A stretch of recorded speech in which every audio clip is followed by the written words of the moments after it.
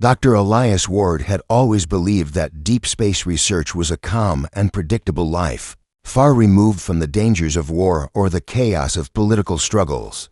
And the orbital research station, circling Tau Ceti IV, had always seemed to him like the perfect posting, quiet corridors, the soft hum of life support systems, the distant glimmer of the planet's golden deserts below. But everything began to change the day the Lyarians arrived. They were tall, elegant beings with smooth silver skin, eyes like molten gold, and a way of moving that made even their simplest gestures look like a dance. And among them was Arielyn, the youngest in the delegation, who carried herself with the curious energy of someone who had never learned fear, her bright gaze studying Elias the way a child might study an unusual insect, not with malice but with wonder. And when she asked, in the careful common tongue of the station, why human skin did not shift color when touched, he only smiled and offered his arm for her examination, thinking she might simply place her hand there. But instead she leaned forward and gave a light nip on the flesh just above his wrist.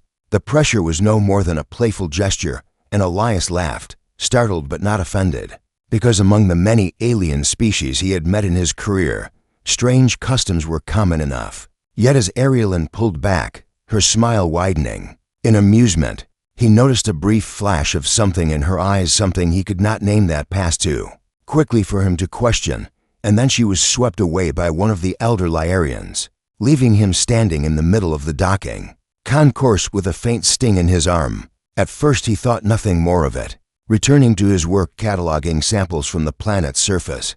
But by the time his shift ended and he was alone in the narrow corridors leading to his quarters, a faint warmth had begun to spread from the point of contact, creeping slowly up toward his elbow, a sensation that was not painful but not natural either. And when he glanced down he froze in mid-step, because beneath his skin, faint as moonlight through water, thin glowing lines were beginning to appear, tracing delicate patterns that seemed almost alive, shifting and curling like the filaments of some strange deep-sea creature. Elias tried to convince himself it was just a reaction to foreign bacteria, nothing a quick visit to the medbay couldn't fix.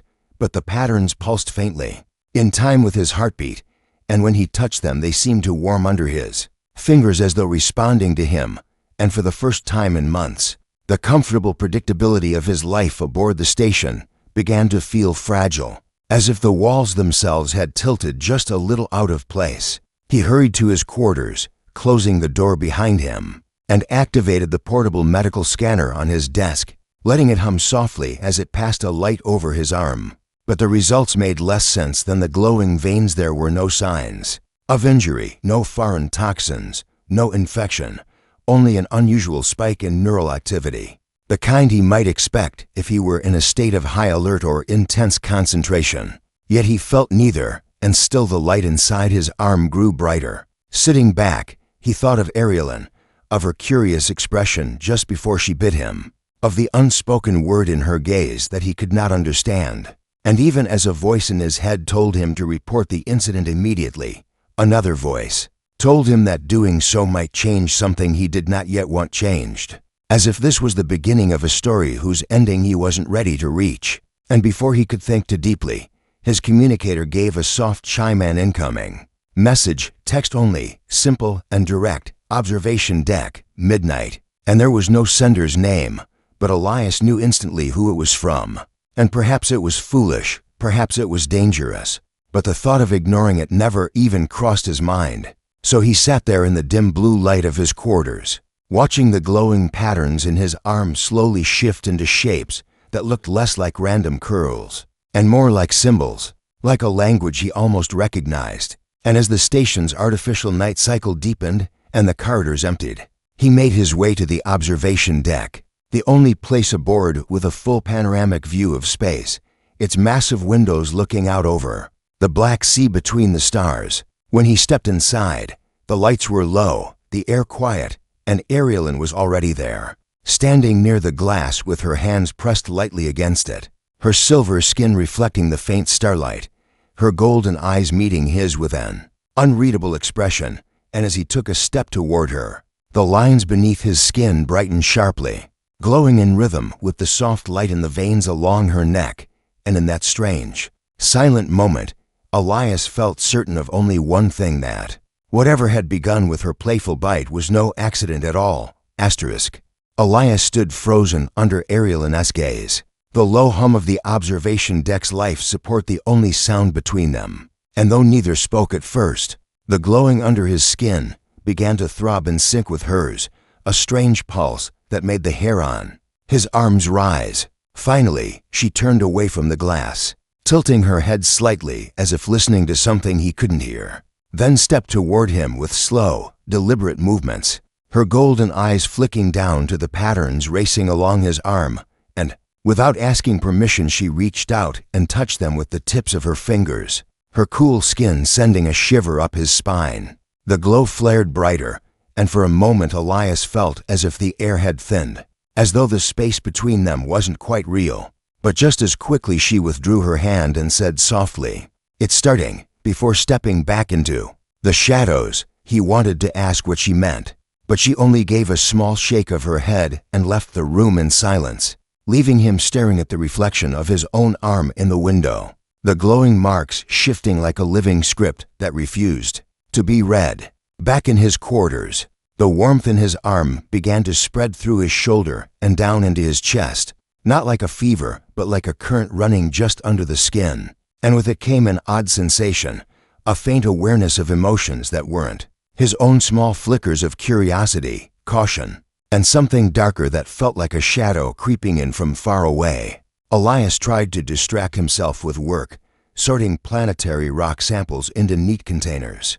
But every time his fingers brushed the scanner or the samples themselves, he could feel the faint echo of Ariel and S presence somewhere in the back of his mind, not speaking, not showing images, just existing there, like a whisper he couldn't quite catch. He told himself to go to the medbay, to have it documented before it grew worse. But the thought of explaining it to the station's chief medic made him hesitate. There were rules about alien contact, rules that could mean Ariel would be quarantined or sent away. And for reasons he didn't understand, he didn't want that to happen. So instead he ran his own tests with the station's portable analyzer, and again the results came back clean. No toxins, no infections, no physical damage except for the fact that his neural activity was still climbing. The readings so high they could have been mistaken for someone in the middle of a crisis. Outside his small cabin window, the faint gold curve of Tau Ceti IV glowed against the darkness, and he found himself staring at it without meaning to, wondering if the planet itself had seen this happen before, if somewhere on its surface there were answers hidden under the sand. As the artificial day shifted toward night, he felt a growing unease in the corridors, a strange sense that the station itself had grown quieter, the usual chatter and movement of the crew replaced by the distant hum of machinery. That night, just before he fell asleep, the patterns on his arm shifted again, curling into sharper shapes that almost resembled letters, and for the first time he thought he could make out a meaning. 3 symbols that pulsed brighter than the rest, carrying a sensation that was neither word nor image, but more like an urgent feeling, a warning wrapped in light. The next morning, he woke to find the glow had faded slightly, but the connection in his mind had grown stronger, and with it came a sudden rush of sensations that weren't his Ariel and S perspective for a fraction of a second. The cool air of her people's quarters, the faint taste of a mineral-rich drink on her tongue, and the distant, echoing sound of something heavy striking metal, like machinery deep in the station's hull. Jolted awake, Elias sat up, gripping the edge of his bed, wondering if he had imagined it. But then the communicator on his desk lit up with another message. "This one longer, you need to understand before it changes you. Meet me again, soon." There was still no name, but he didn't need one. And though part of him wanted to run straight to her and demand answers, another part told him to slow down, to watch, to wait, because something about this felt bigger than just the two of them. The day passed in a blur, every sound and movement around him sharper than usual. And more than once he caught himself predicting when the station doors would open, or when someone would speak before they did, as though some part of Ariel and S perception was leaking into his own. By evening, the glow had returned in full force. the patterns crawling further across his skin like vines seeking something. And when he finally closed his eyes to rest, his dreams were filled with strange visions: a silver city under a pale sun, long corridors lit by pulsing blue veins in the walls, and a shadow moving at the edge of the light, always just out of view but always watching. And when he woke, his heart pounding, the patterns on his arm were moving faster, the light now strong enough to cast a faint glow across the room. And he knew without being told that whatever this was, it was only the beginning. Elias did not remember walking to the observation deck that night, yet somehow he found himself there. The glass wall stretching before him like the edge of the world, the cold glitter of stars hanging in the void, and Arielyn standing in the same place she had been before, her silver skin catching the faint light, her golden eyes fixed not on him but on the black emptiness beyond. When she finally looked at him, it was not with the playful curiosity he had first seen, but with the steady weight of someone carrying a truth too heavy to set down. And without preamble she said, "What you feel now, it is not an illness. It is a bond," her voice low, as though even the station's walls might be listening. And she stepped closer, gesturing to his arm where the glowing patterns moved in perfect rhythm with faint light, now visible beneath the smooth surface of her own skin. She explained that in Liarian culture, a playful bite was an imprint, a gesture of closeness between their kind that allowed them to sense each other's feelings, thoughts, and even fragments of memory. But what had happened with him was different. The human nervous system was not designed for it, and instead of forming a gentle link, it had opened a channel wider than she had intended, one that was already beginning to show him pieces of her past. Elias listened in silence as she told him this, his mind caught between fascination and unease, because even as she spoke, he could feel waves of her emotions breaking faintly in his own mind: regret, weariness, and beneath them something that felt very much like fear. She told him that once the imprint took full hold, he would begin to see her memories without her control, that the glowing marks were only the surface of something deeper. And though part of him wanted to believe this was simply a misunderstanding between species, another part whispered that nothing about the way his senses had changed in the last days was normal, and he knew she was telling the truth. She hesitated then, her gaze shifting away as if deciding whether to say more. But when he reached for her arm, their skin almost touching, the connection between them flared like a sudden spark, and without warning Elias's vision shifted. He was no longer standing in the observation deck but floating in the middle of a vast and burning void. Debris tumbling past him, a silver ship breaking apart under silent explosions, its hull splitting open to reveal corridors spilling air and light into space. And somewhere in the distance, a dark shape moved, too far to see clearly but heavy, with presence, its edges shifting like black smoke given form.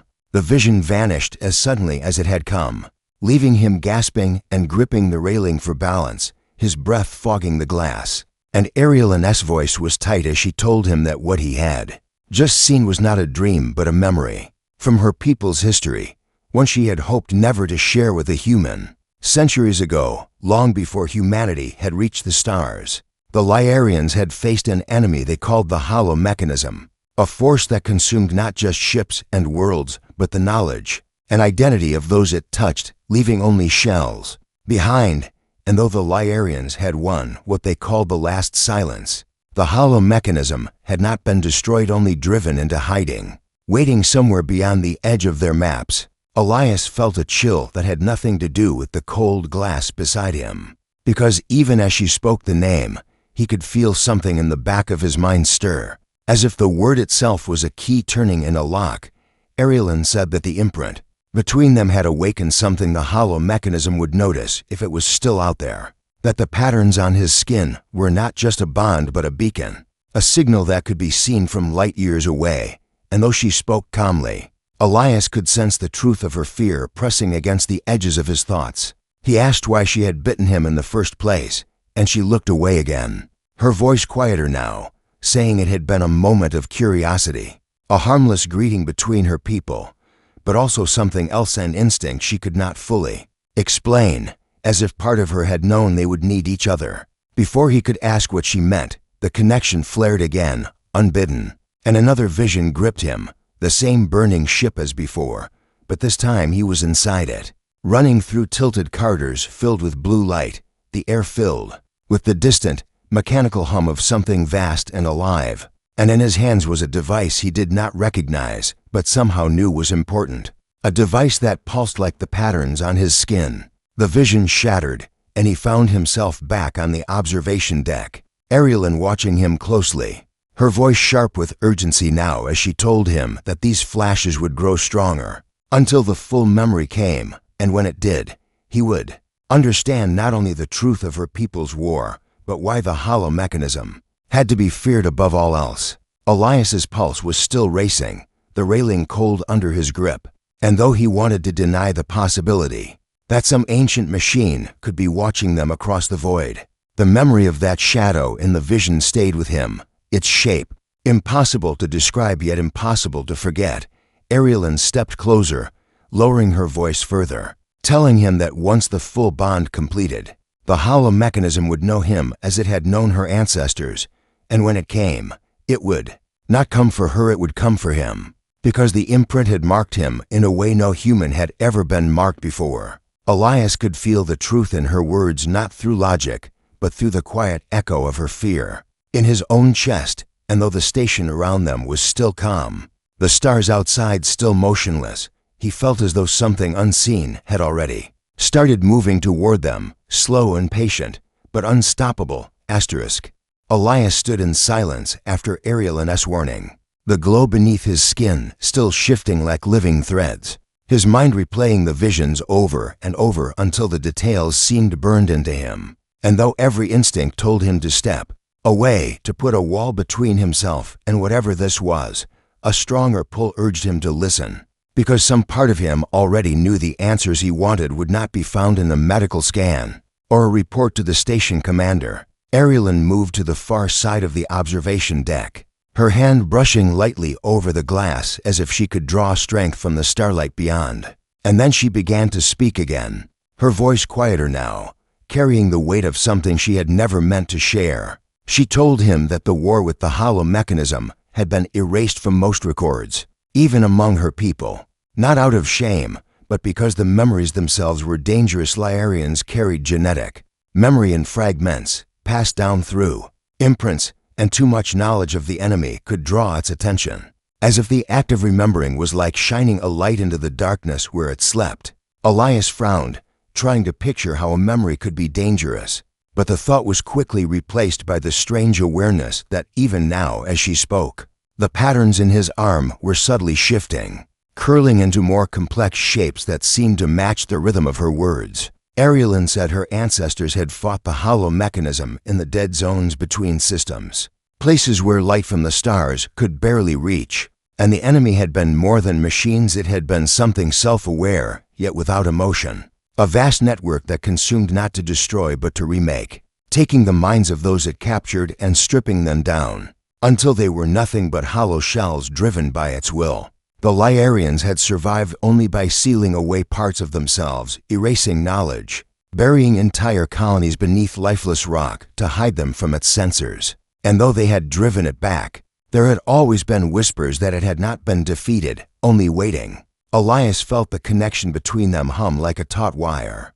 the glow in his arm brightening with every word, and then, without warning, the world shifted again. He was no longer standing on the observation deck, but in the middle of a vast desert. Under a pale sky, silver towers rising in the distance, their surfaces smooth and flawless, the air filled with the faint hum of energy flowing through the ground. He could feel the heat on his skin, the grit of sand under his boots, and when he turned, Arielyn was there beside him, though in this vision her clothing and bearing were different, marked with symbols he had never seen. She told him softly that this was one of her people's hidden cities, a place untouched for centuries. And as they walked toward the towers, Elias began to notice faint scars along the building's long, straight burns in the metal, as if something impossibly sharp had sliced through them.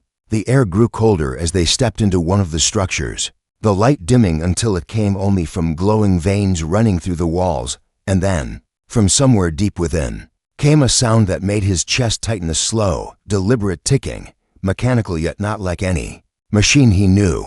Ariel's voice echoed in the empty hall as she said this was the last place. The hollow mechanism had been seen before it vanished, and that her people had sealed the city, leaving it to the desert rather than risk disturbing what might still be buried below. The vision blurred at the edges, the ticking fading, and then Elias was back on the observation deck, gripping the railing to steady himself, his breath quick and uneven. Ariel was watching him closely, her own skin glowing faintly now, and she told him that what he had seen was not just a memory, but a warning. The imprint was opening him to pieces of her genetic past, and if it continued, he would soon know everything she did, even the parts she had tried to forget. Elias asked why that would be dangerous, and her answer was simple: because the hollow mechanism could sense those who carried too much of its memory, and once it marked someone, it would hunt them across the stars. He tried to speak, to insist, that perhaps it was all just an old story, but deep down he knew it was not, because the visions had felt too real, the sensations too sharp to be anything but truth. Ariel stepped closer, lowering her voice, and said that the reason she had wanted to meet him at midnight was because she had felt the bond changing, as if something on the far edge of their awareness had stirred when she first bit him, and now that stirring had grown into movement. Elias looked out at the stars beyond the glass, the black between them suddenly feeling less like emptiness and more like a vast sea, where something unseen swam just below the surface, and for the first time he wondered if whatever the hollow mechanism truly was, it might already know his name.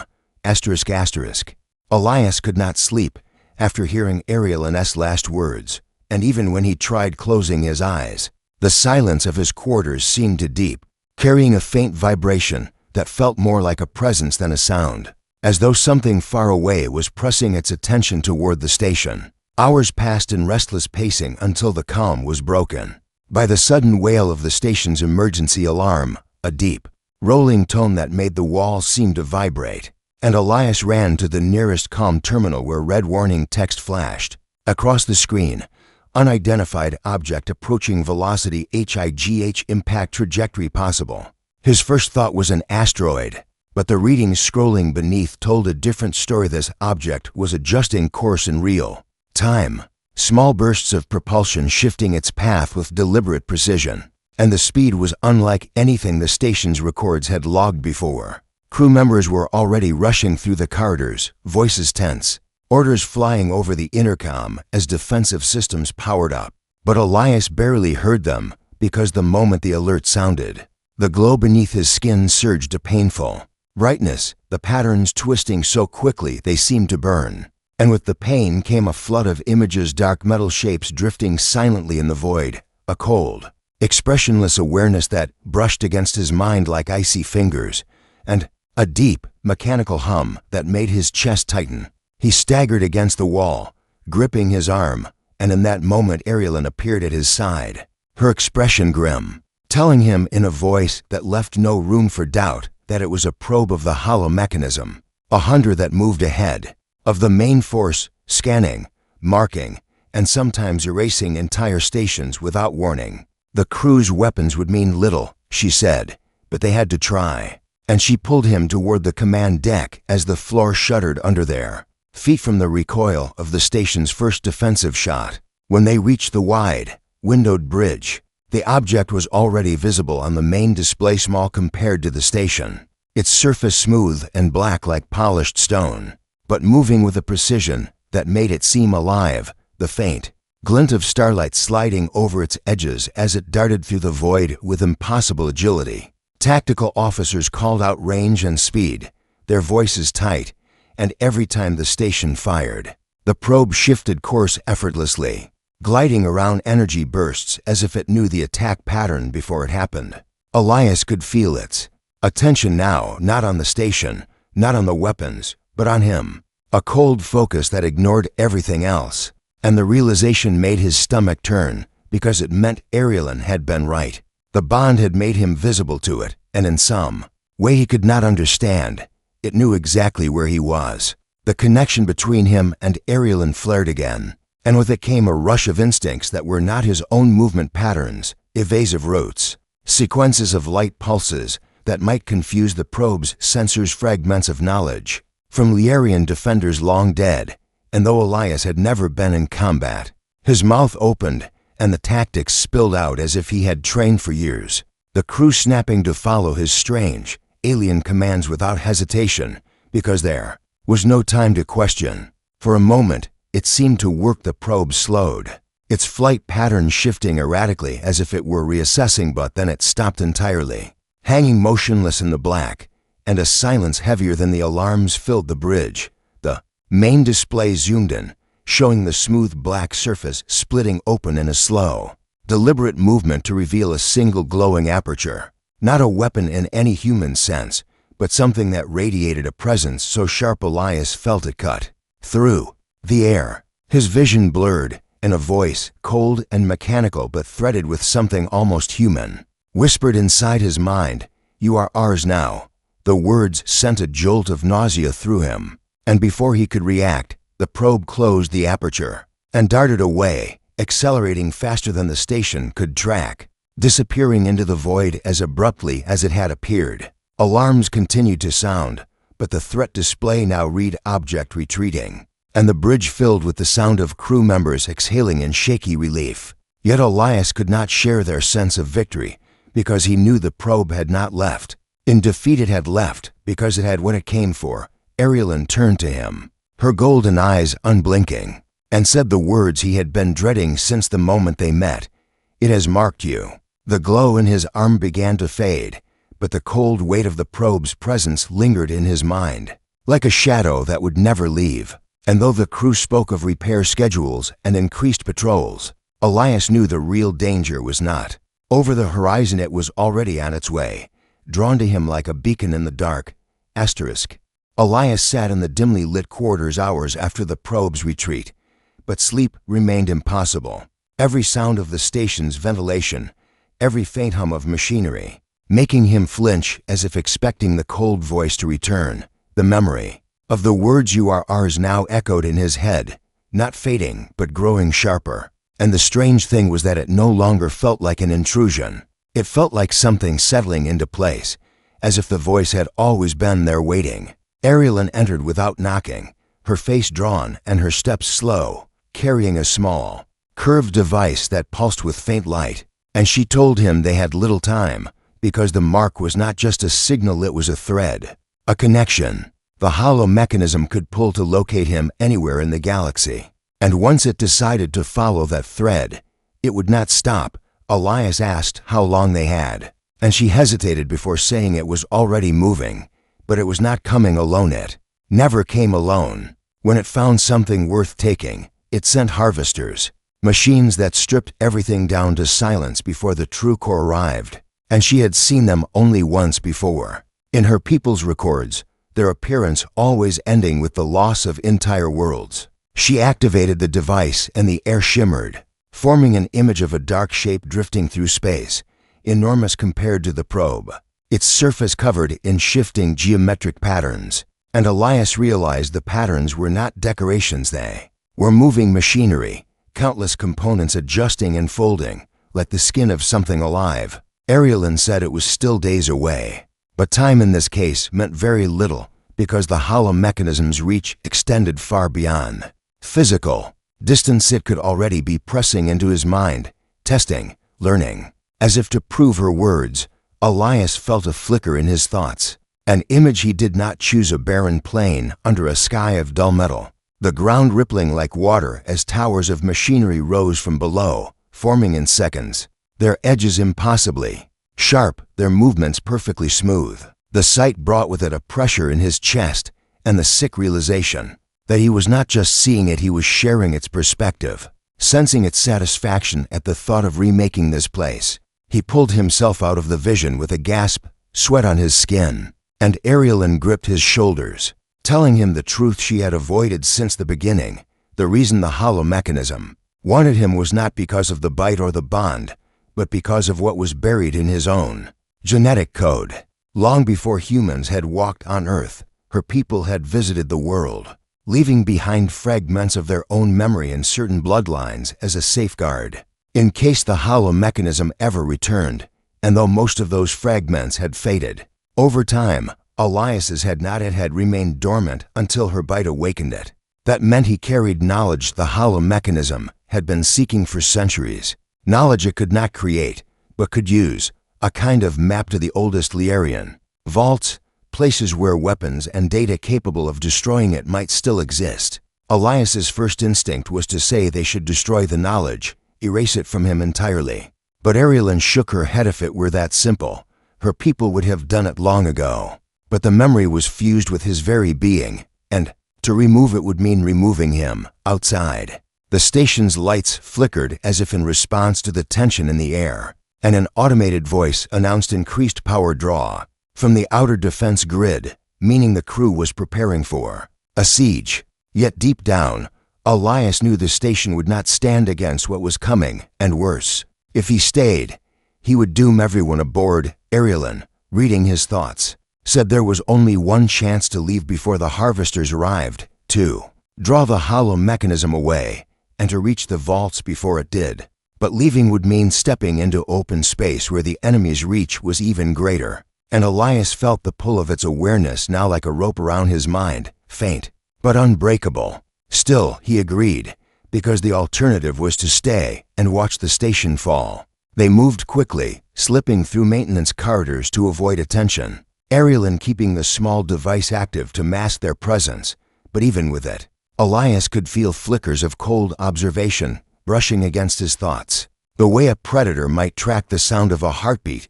In the docking bay, a small, sleek vessel waited, and as they climbed aboard, Elias looked back at the station's curved halls one last time, the people inside unaware of the true danger rushing toward them. As the vessel detached and the stars began to shift outside the viewports, he felt the connection to the hollow mechanism tighten, the distance meaning nothing, and an image formed in his mind so clearly it stole his breath: vast shadowed shapes, gliding silently through the void, their surfaces flowing with alien machinery, and behind them, far larger and darker than all the rest, the true core of the hollow mechanism, its presence like a cold sun burning without light. The voice returned, colder now but somehow almost patient, whispering words that made his skin crawl. "You cannot run. You are already within us." Arielyn called his name, but he barely heard her, because in that moment he understood the terrifying truth. It had never been hunting him in the way he thought. It had been inside his mind all along, waiting for the signal. And now that the bond had awakened the ancient memory in his blood, the door was fully open. He was not just carrying the knowledge of the Liarian vaults, he was the vault, and unless they found a way to lock it again, the hollow mechanism would take him, not by force, but by simply making him want to go.